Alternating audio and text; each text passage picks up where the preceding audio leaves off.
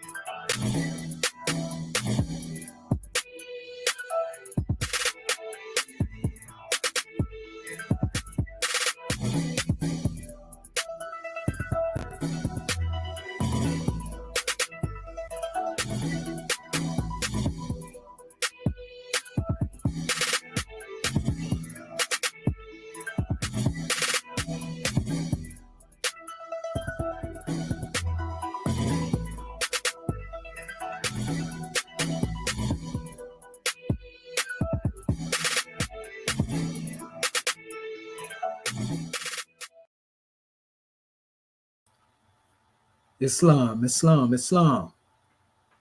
Moorish America.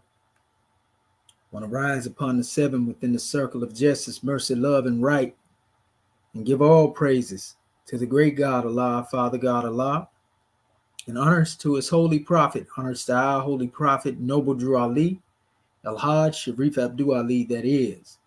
Give honors to our Moorish kin once again, here, there, and everywhere, and therefore honors to all of you who are continuously honoring yourselves by being yourselves. We give honors to our Grand National Seal. We give honors to our Grand National Emblem, National Flag, Divine Constitution, and bylaws. And honors to all of you who are indeed a living manifestation and personification of everything. And I do mean everything that our Holy Prophet and ancestors brought to make us a nation. I want to welcome our family to a grand drawing. And this is just actually, food for thought. And I actually attached this particular measure to a previous drawing by photo, so that if anybody would ever want to come and look at certain videos, I want to keep them in line, and you'll know where to go to look at them. You just look for, like this particular photo here, if you want to know anything in regards to dealing with a particular subject matter. And I'll be attaching them to each other when I speak on certain things that I mentioned previously. And this is going to be a brief one, because I'm getting ready to get into my, State of the Nation class in a few minutes. But this is a drawing that came across my library of archives of wisdom, as I was doing some research. And I want to share this with our family. That's very powerful, dealing with linguistics, etymology, and also a little historicity, so to speak. And this is in relation to dealing with the Moorish / N.O.I attestations of the tribe of Shabazz. People have always questioned these messages. I got whole videos that I've done on these already, but there was something that cross reference with a lot of the information I already had. And I wanted to share this with the family, and hopefully it become a bridge, that unites the gap between our Moorish family and our N.O.I family. That's the intent behind this special drawing, to show them the connections between each other.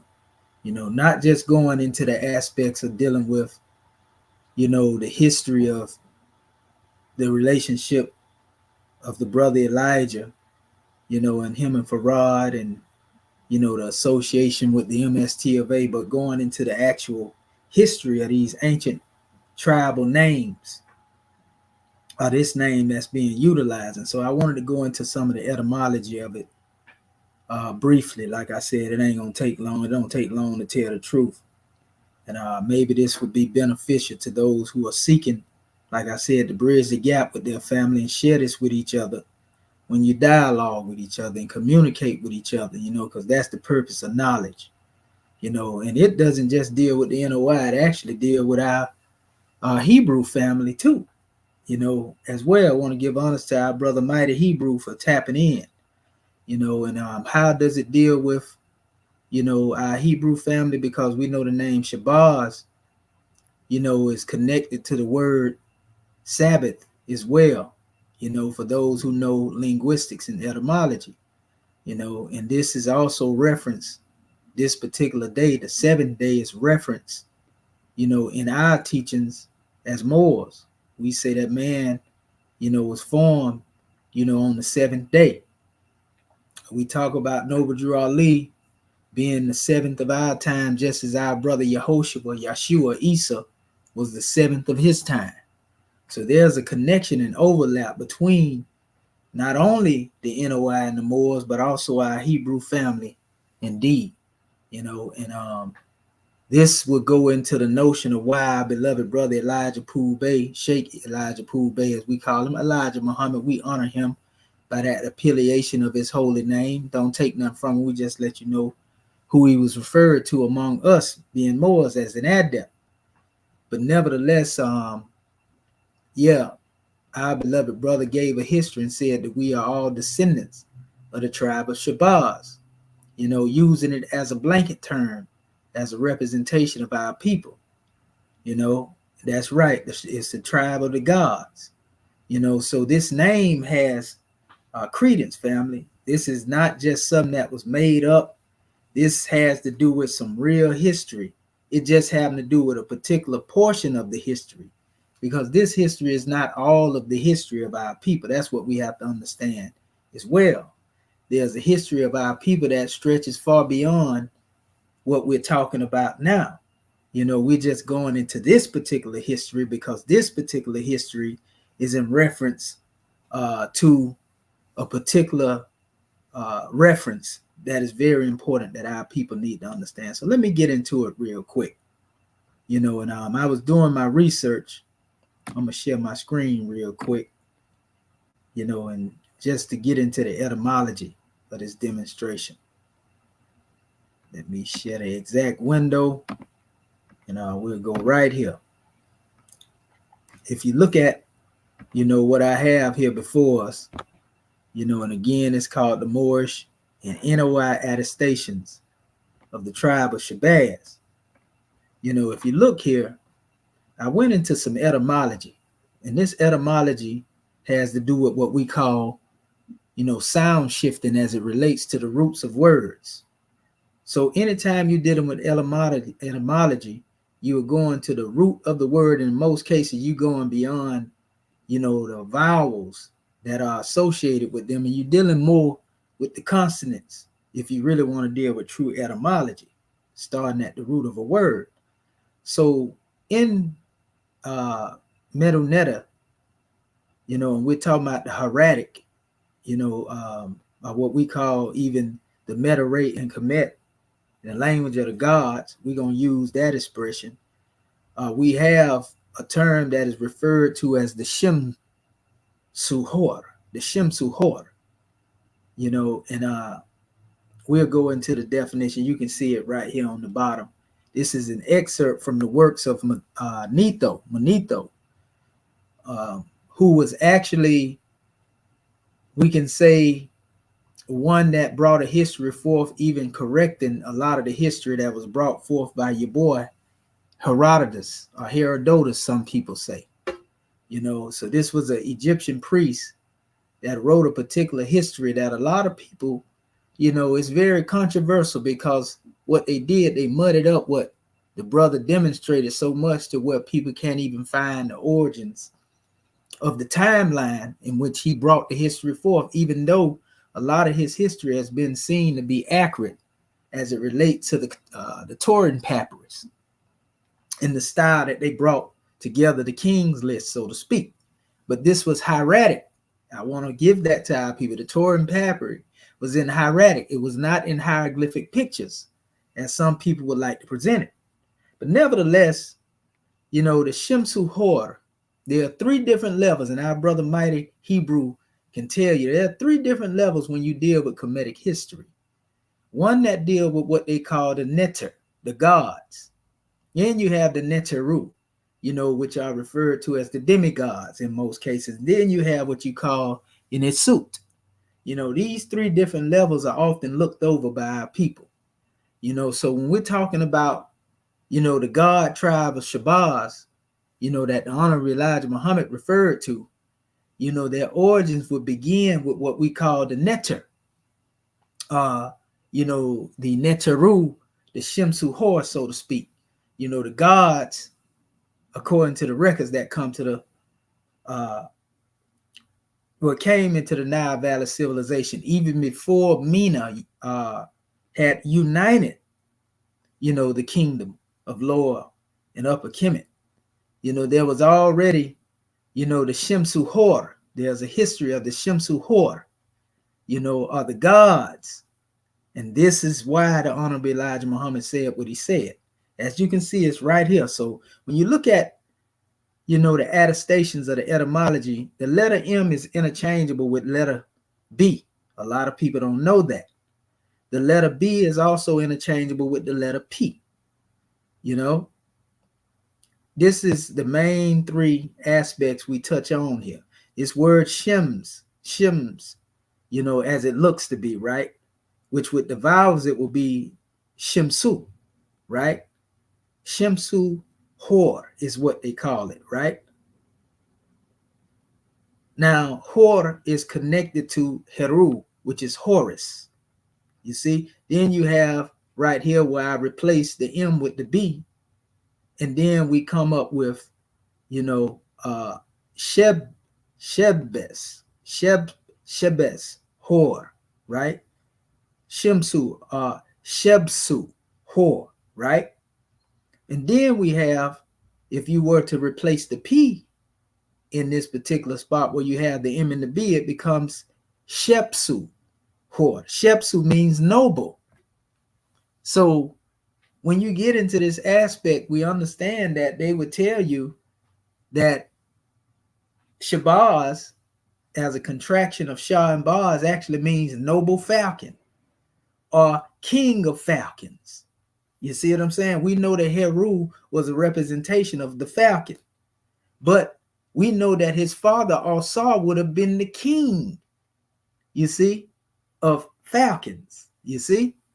But when we go further back, if we go into Al-Sa''s said parent, Al-Sa''s parent comes through that of what we would call the Neteru, who is known as Seb, sometimes referred to as Keb, a Geb. But the Seb root, as it passes down, because he's said to be the deity of the Neteru of the earth, Seb is said to be the father of Al-Sa. And Al-Sa come through the same line of the Neteru. And then Neteru giving birth to his seed, Heru. Not only is he what we would consider of, the demigod, but he also becomes the Nisut Biti, so to speak, of this particular tribe. I'm just dealing with the etymology right now, right? So we go further and we find this connection also into Lahore, or India, so to speak. And you see Shhbaz, or BZ, pardon self. I didn't, I added that. And then you see G, because G and H is also interchangeable in linguistics. This is Shabazz Garhi. This is a place in India. This is the place where the 21, or they say 14 rock edics, but there are 7 also mentioned, so I add them as 21 edicts, rock edicts of Ashoka are found. This portion of the history is in the Hindoos Kushite Valley civilization, we'll say library or archives. And Prophet Noble Drew Ali mentioned this region by the land of 5 rivers, the land that Yehoshua went into. So we got to understand the Kushite civilization is what gave birth to the Nile Valley civilization. And the Kushite civilization also gave birth to the Hindoos Kushite Valley civilization, which is known as the Hindoos Kushite Valley and the river that is there. They had, synonymous, like their river Nile is the Indus Kushite valley civilization that deals with their river, and the Ganges, as they like to call it. And then you had the Nile in Kemet, So when you look at these civilizations, both of them have Cushitic roots. You see, this is the key. And the Cushites are known by various appellations in turn based upon who was speaking on them. The Cushites were referred to by some people in this time. They use the term Abyssinia. They use the term in the Arabic al-Habasha. You see, we go back into some of the records, like the biblical, we see them as Seba and Sheba. You see? And then if you go into all of this, tracing these words back, they are definitely connected to each other, and these are referred to the Cushite people. So under the Indus Kushite Valley civilization, the great one that rose up over there, what those edicts was in Shabazz Garhi, is known as Ashoka. And Ashoka was known as the one who established the Mauryan dynasty, of the Moors in that particular region. Look this up. We can't make it up, family. So here's a connection between the Moorish, in the Indus Kushite Valley civilization, and those who come through the lineage of Mar, all the way into the Amun-Ra, the Mahdi, that goes into who we call the Moorish gods in North Africa. And there's what we call a connection between North Africa and the Kemetic civilization. A lot of people are debating this right now, but there is a connection between the two, especially when we go back into the Argentinian periods and we understand, certain connections between North Africa and the Nile Valley civilization. In fact, they went into West Africa out of what we call today, some people use the term Canaan land, what we call the Holy City of Mecca, or we can say the Arabian Peninsula. They migrated into the West before the Kemetic civilization was ever set up. That's a history people don't even know. So Honorable Elijah Muhammad mentioned and say they came out of that particular region, the Arabian Peninsula, and settled in the Nile. You see, so we got to know our historical background, family, when it comes to dealing with these things. And I mentioned this, I got a whole video on it where I go in depth in it. I'm just dealing with what I came across today, and I'm showing certain measures here. I showed here also the Shabazz rule, the SHA, par itself, the H, par itself, and the B and the Z with the R and the H. And this is actually the Sufi concept. And down here, I make it plain, Shemsu Hor, equals Shepsu Horus. Then we have Shepsu Heru, and then we have what we call in Persian, Shabazz Garhi, which is a place, a sacred place. And then we have Sufi, the concept of Shabazzi Ruh, which represents the bird that soars into the heights of divinity. So there's a connection between all of this that was incorporated. And then I put simply here SH and the B and the ZZ and the HR, Shabazz Heru. And so the Honorable Elijah Muhammad made this statement. He said, the God of this people and of the earth and of the heavens said that this man went into Africa, as it is known today in what they call at that time the jungles of East Asia, and began to tribe from himself, it says, because of the other scientists rejecting his idea. Notice it mentions East Asia too now, which is a term also used in reference to dealing with, that region in the Arabian Peninsula. So it says the tribe of Shabazz relocated to the Nile Valley of Egypt and the present seat of the Holy City of Mecca, Arabia. You see, so not only did the tribe of Shabazz go into the Nile Valley civilization, but there was a relocation also into Mecca, according to Honorable Elijah Muhammad, right?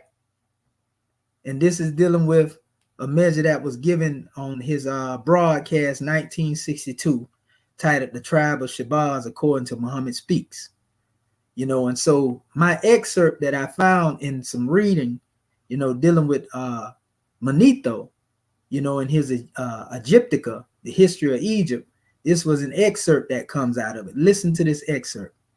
It said, and y'all probably already read it because I've been sharing it. It said, these are perhaps the Shemsu Hor, the followers or worshippers of Horus, of the Turin Papyrus, right? So they're showing you where you can find this information at in the Turin Papyrus. That's that Hieratic Papyrus I was referring to earlier. It says C.H.R. Hall, Cambridge, Ancient History, page 265.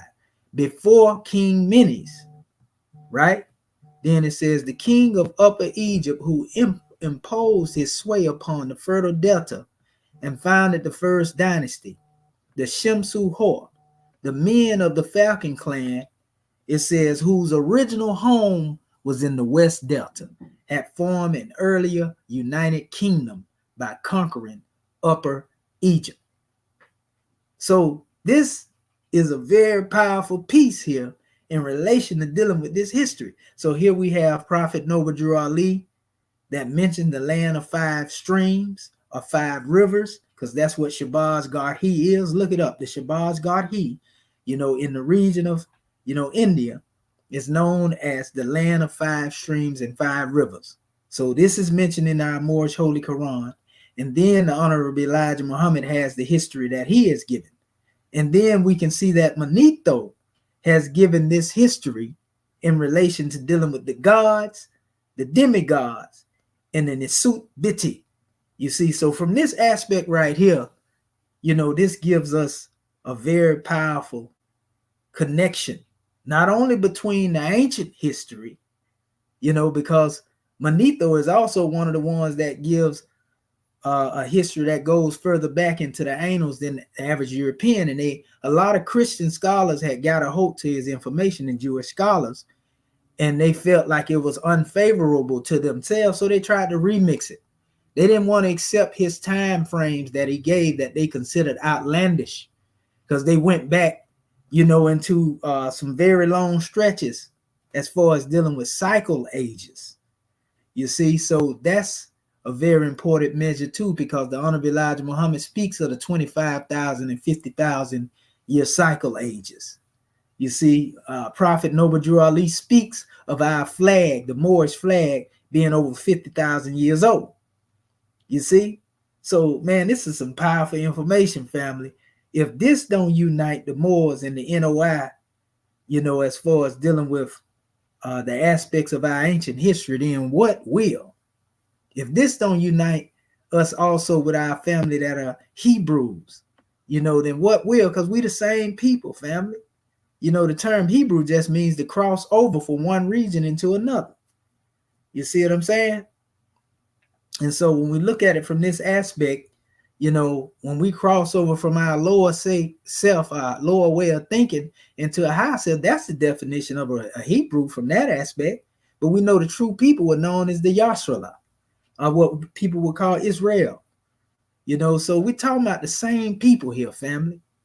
This is a appeal and an olive branch to those who call themselves Moors, N.O.I, and Hebrews. It's time to come together.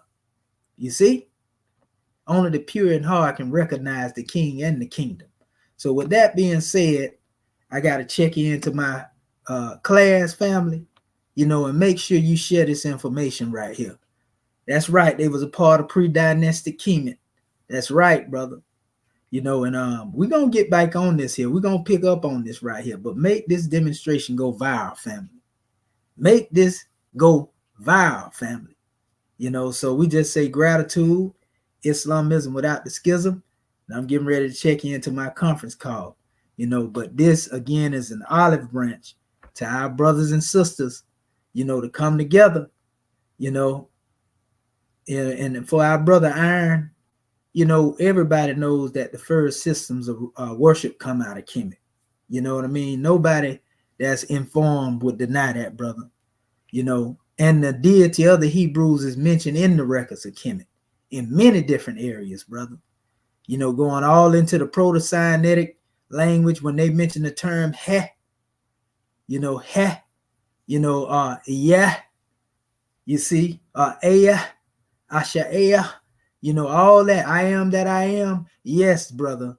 That same deity is mentioned in Kemet, you know, as Yah, you know, which is the same deity that is connected to Aya, Allah. Same thing, brother. Anybody tell you different, they don't know what they're talking about. So yes, we have the same deity, brother. But there has been a lot of convolution and a lot of confusion that has been brought forth by modern people listening to Western academia, and that's why they can't see the connection. They see different deities. They try to make this deity be an idol or something like that. It's because some of these people are ignorant. Some of them are religiously ignorant. Some of our religious brothers ignorant, and some of the people in the scientific community is ignorant as well. You feel me? So with that being said, peace and love, family. We're going to get right back at y'all. And I'll probably pick this demonstration up after I come out my call. So if so, man, look forward to hearing this here. You know, we can get in there. I'm going to open up the floor so we can dialogue. Peace and love, family. Shemo Tepu Ankwa Jetsaneb. Life, health, and prosperity be upon you all. Shalom, Shabbat, Alahayim to the gods. Peace.